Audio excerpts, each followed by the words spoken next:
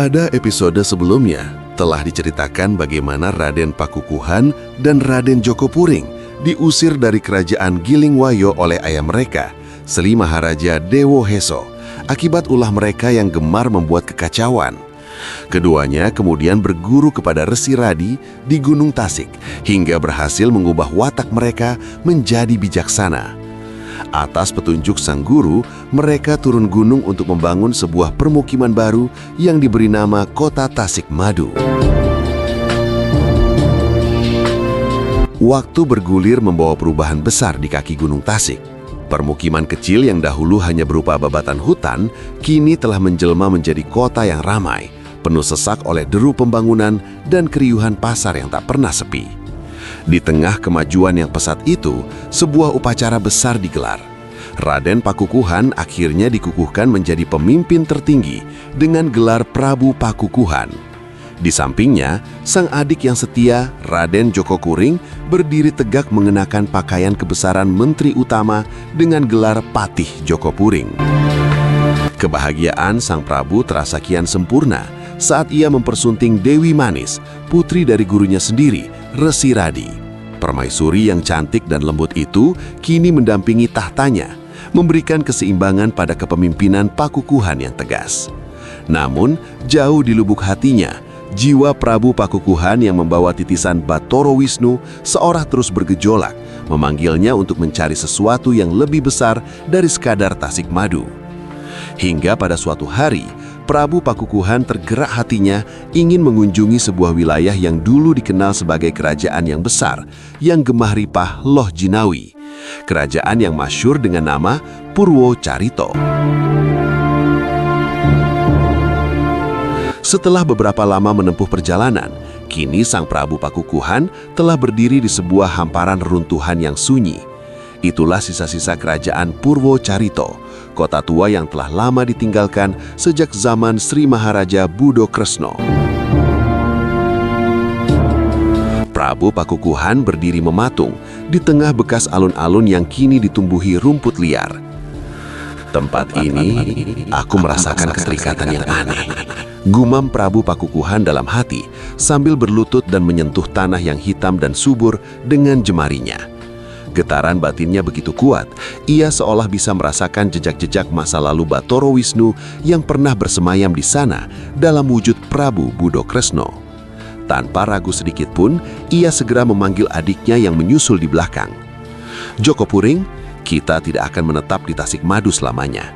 Aku ingin memindahkan ibu kota kita ke sini, ke Purwocarito ini. Tegas Prabu Pakukuhan dengan binar mata yang penuh ambisi, menatap Cakrawala seolah sudah melihat istana baru berdiri di sana. Perpindahan besar-besaran pun segera dilakukan. Ribuan rakyat diboyong, dan dalam waktu singkat, sebuah istana megah kembali berdiri di atas tanah kuno tersebut. Sang Prabu juga memboyong gurunya, Resi Radi, untuk tinggal bersamanya sebagai pendeta kerajaan dengan gelar Begawan Radi. Sebagai tanda dimulainya era baru yang lebih gemilang, Prabu Pakukuhan menanggalkan nama lamanya dan mengganti gelarnya menjadi Prabu Sri Mohopunggung. Namun, roda nasib berputar dengan pahit, tepat saat kejayaan itu dimulai. Permaisuri tercinta Dewi Manis menghembuskan napas terakhirnya, meninggalkan duka mendalam di seluruh istana. Setelah melewati 1 tahun masa berkabung yang sunyi dan penuh renungan, Prabu Sri Mohopunggung akhirnya menikah lagi demi untuk menjaga keberlangsungan tahta. Ia tidak hanya menikahi 1, melainkan 2 putri sekaligus, Dewi Wagemi, putri dari Batoro Dendo, dan Dewi Nastiti, putri dari Batoro Wrehospati. Kehidupan rumah tangga yang baru itu ternyata menyimpan sebuah rahasia gelap yang tak terduga. Pada suatu siang yang tenang, langkah kaki sang Prabu terhenti di depan peraduan pribadi. Suasana yang seharusnya damai pecah seketika saat ia memergoki kedua istrinya, Dewi Wagemi dan Dewi Nastiti, tengah melakukan hubungan sejenis yang menyimpang. Amarah sang Prabu seketika itu juga memuncak. Urat lehernya menegang, wajahnya memerah padam karena amarah yang tak mungkin bisa terbendung. Dalam kemurkaan yang meledak-ledak itulah, sebuah kutukan maut terlontar dari bibirnya yang bergetar. Langit yang tadinya cerah berubah menjadi gelap. Sesaat kemudian, petir menyambar dengan kilatan gemuruh yang menggelegar, melesat masuk ke dalam ruangan, menghanguskan kedua wanita itu hingga tewas di tempat dalam sekejap mata. Setelah kematian kedua istrinya, Prabu Sri Mohopunggung akhirnya menikahi Dewi Subur, adik kandung dari mendiang Dewi Wagemi, untuk mengisi kekosongan di hatinya dan istananya. Kabar mengenai bangkitnya kerajaan Purwocarito di bawah pimpinan seorang raja perkasa bernama Sri Mohopunggung akhirnya sampai ke telinga Sri Maharaja Dewo Heso di kerajaan Gilingwoyo. Sang Maharaja yang belum menyadari siapa sosok di balik nama baru itu merasa otoritasnya terancam. Ia segera memanggil kelima putranya untuk menyelidiki sekaligus membawa raja baru tersebut untuk menghadap.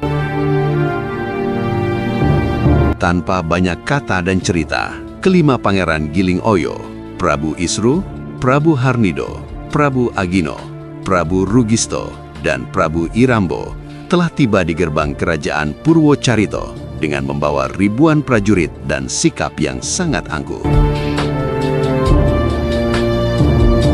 Dengan langkah mantap dan kepala terangkat penuh kesombongan, mereka melangkah masuk ke Balairung tanpa menunggu izin. "Kau, Raja Baru," seru Prabu Isru dengan nada meremehkan. Matanya menatap tajam ke arah sosok yang duduk di singgasana. "Ayahanda Maharaja Dewo Heso memerintahkanmu untuk segera menghadap ke Gilingwoyo.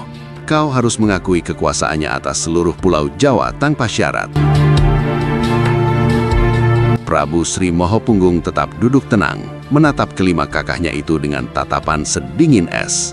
"Kalian datang ke rumahku tanpa sopan santun dan langsung menuntut ketundukan?" Ia kemudian berdiri perlahan dari singgasananya. Auranya kini terasa menekan seluruh ruangan. "Aku tidak akan pergi kemanapun. Sampaikan itu pada tuanmu." Ketegangan di antara mereka meledak seketika dan berubah menjadi pertempuran hebat di halaman istana.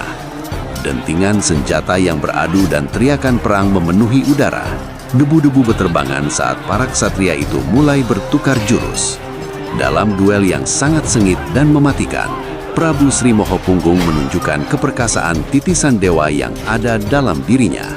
Gerakannya sangat cepat, setiap sabetan senjatanya membawa tenaga dalam yang menghancurkan. Prabu Isru dan Prabu Harnido tidak mampu mengimbangi keganasan serangan itu.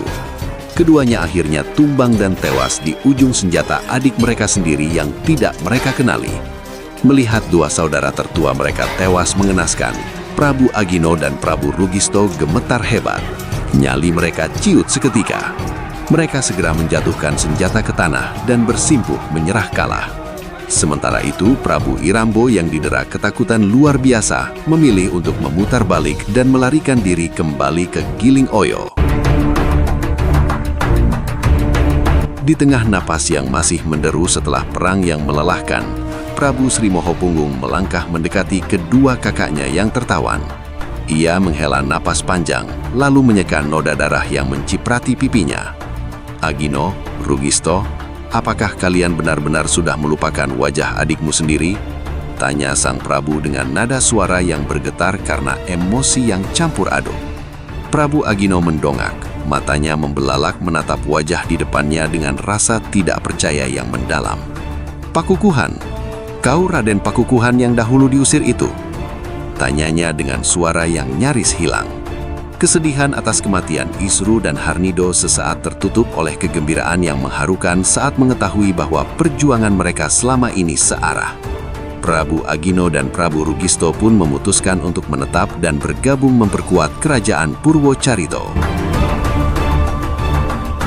Apakah pelarian Prabu Irambo ke Gilingwoyo akan memicu kemurkaan yang lebih besar dari Sri Maharaja Dewo Heso terhadap putra yang pernah ia buang itu?